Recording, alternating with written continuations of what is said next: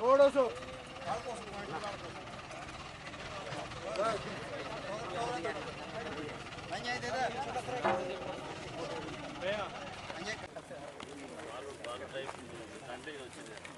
కేసీఆర్ గారు తెలంగాణ వచ్చిన తర్వాత ఒక బృహత్తరమైనటువంటి కార్యక్రమాలు చేపడుతూ ముందుకు పోవడం జరుగుతుంది. సంక్షేమ పథకాలతో పాటు అభివృద్ధి కార్యక్రమాలను కూడా ముందుకు తీసుకుపోవడం జరుగుతుంది. అలాగే గౌరవ ముఖ్యమంత్రి కేసీఆర్ గారు తెలంగాణ ప్రాంతం అంతా ఒక ఎడారి ప్రాంతం లాగుంది, మంచినీటికి కటకట ఉంది, విలేజ్లన్నీ చాలా ఇబ్బందులు పడుతున్నాయనే ఉద్దేశంతో ఒక బృహత్తరమైన కార్యక్రమం మిషన్ భగీరథ కార్యక్రమాన్ని చేపట్టడం జరిగింది.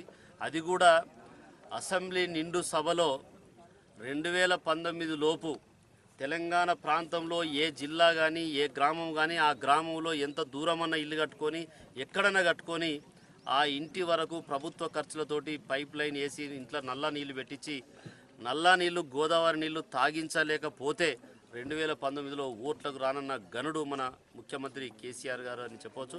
మరి దానికి అనుగుణంగా ఈరోజు ఒక మంచి ప్లాన్ తయారు చేసుకొని ఒక అన్ని ప్రాంతాలకు అనువుగా ఉండే విధంగా అన్ని ప్రాంతాలకు నీళ్ళు వచ్చే విధంగా ఒక ప్లాన్ చేసుకొని అన్ని రకాల టెండర్లు పెట్టుకొని ఈరోజు వర్కులు ప్రారంభించుకుంటూ ముందుకు పోవడం జరుగుతుంది. మరి మా పరకాల నియోజకవర్గానికి కూడా అక్టోబర్ నెలలోనే గౌరవ మంత్రివర్యులు తారక రామారావు గారి చేత ఫౌండేషన్ స్టోను కౌకొండ చంద్రగిరి గుట్టల దగ్గర వేసుకోవడం జరిగింది. ఇక్కడ మన సింగరాజపల్లి చంద్రగిరి గుట్టల దగ్గర వేసుకోవడం జరిగింది.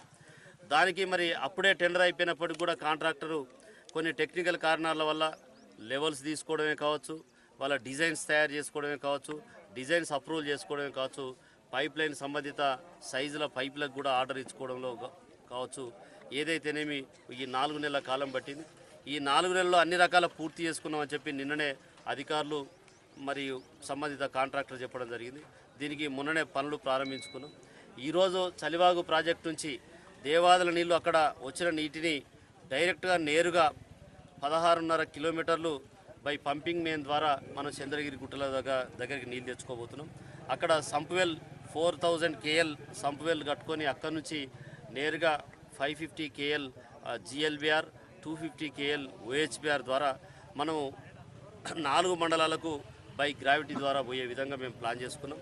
నిజానికి ఈ కాంట్రాక్టర్కు ఎలాంటి ఇబ్బందులు వచ్చినా ఈ గౌరవ సర్పంచులు ఎంపీటీసీలు ఏ గ్రామానికి ఆ గ్రామంలో ఉన్న గౌరవ సర్పంచులందరూ సహకరించి దీన్ని ముందుకు తీసుకుపోతేనే మనం మిషన్ భగీరథ కార్యక్రమం మనం తొందరగా చేపట్టుకోబోతున్నాం. నేను అందరికీ కూడా ఈ పరకాల నియోజకవర్గ ప్రజలకు నేను విజ్ఞప్తి చేస్తున్నా, ముఖ్యంగా మా ప్రజాప్రతినిధులందరికీ పేరు పేరున విజ్ఞప్తి చేస్తున్నాం.